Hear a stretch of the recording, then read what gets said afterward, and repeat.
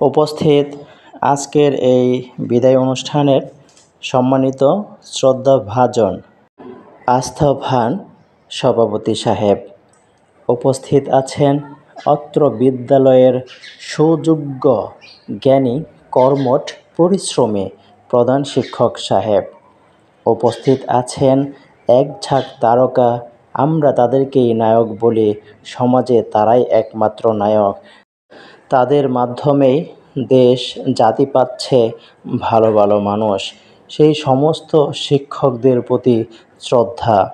উপস্থিত আছেন অত্র অনুষ্ঠানের প্রধান অতিথি, আমন্ত্রিত নিমন্ত্রিত অতিথিবৃন্দ, উপস্থিত আছেন ম্যানেজিং কমিটির সদস্যবৃন্দ এবং সর্বোপরি উপস্থিত আছেন অত্র বিদ্যালয়ের সকল ছাত্রছাত্রী এবং যারা বিদায় নিয়ে চলে যাবে সেই বিদায়ী বড় ভাই ও আপুরা, সকলের প্রতি রহিল আমার গভীর অন্তরস্থ সালাম, আসসালামু আলাইকুম।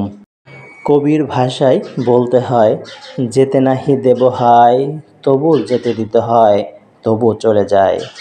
একটা সময় বিদায়ের মিনিংটা কি, বিদায়ের উপলব্ধি করতে পারতাম না বিদায় জিনিসটা কি, বাট আজ যখন তোমরা আমাদের প্রিয় ভাই ও আপুরা যখন চলে যাচ্ছ, তখন মনে হচ্ছে আমাদের হৃদয়টা ভেঙে ক্ষত বিক্ষত হয়ে যাচ্ছে।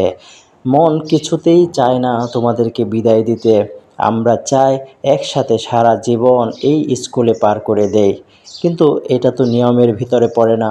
নিয়ম বহির্ভূত কাজ, তোমাদেরকেও যেতে হবে, আমাদেরকেও যেতে হবে, কারণ আমাদের ভবিষ্যৎ তো অনেক দূর। আমাদের জন্য দেশ ও জাতি অপেক্ষা করতেছে, আমরা এই দেশের জন্য কিছু একটা উপহার দেব। এজন্য তোমাদেরকেও বিদায় নিয়ে চলে যেতে হবে, আমাদেরকেও নিতে হবে। তবে বিদায়ের বেদনা এতটা কষ্টদায়ক হয়, আগে বুঝতাম না, আজ বুঝতেছি তোমরা চলে যাওয়াতে। যখন আমরা বিদায় নিব তোমাদের পরেই, তখন আমাদেরও অনেক বেশি কষ্ট লাগবে।